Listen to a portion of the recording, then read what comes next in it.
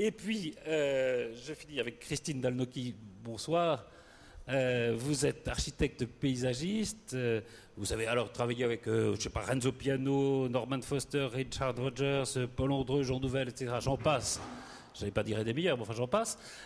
Et vous avez été désigné par la ville de Saragosse pour emménager un parc de 120 hectares, je crois, qui se situe à côté de l'exposition qui a lieu actuellement, qui a lieu jusqu'au 14 septembre prochain. Je crois qu'on attend 7 millions à peu près de visiteurs dans cette exposition, et qui est consacrée à l'eau.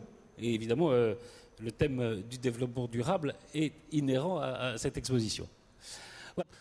Christine Dalnocchi, sur ce plan des contraintes, est-ce que ça pose des gros problèmes? Et comment vous avez fait à Saragosse? Déjà, Notamment, oui, l'exposition de Saragosse est important. Je ne suis pas architecte, je suis paysagiste, donc la question est très très différente. Et c'est vrai que pour nous actuellement, moi ce que je trouve extrêmement compliqué dans le fait que notre statut devient relativement officiel, puisque maintenant il faut des paysagistes, il faut des paysages, etc.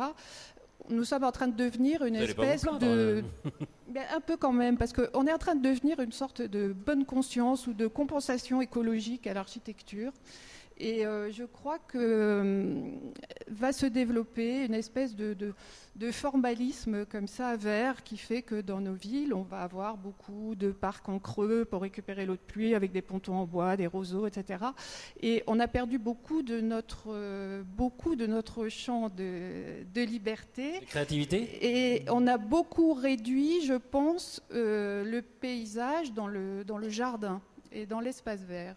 Or, notre travail de paysagiste, essentiellement, est un travail sur la relation entre la ville et sa géographie, la ville et la nature, la ville et le ciel, la ville et l'air, etc.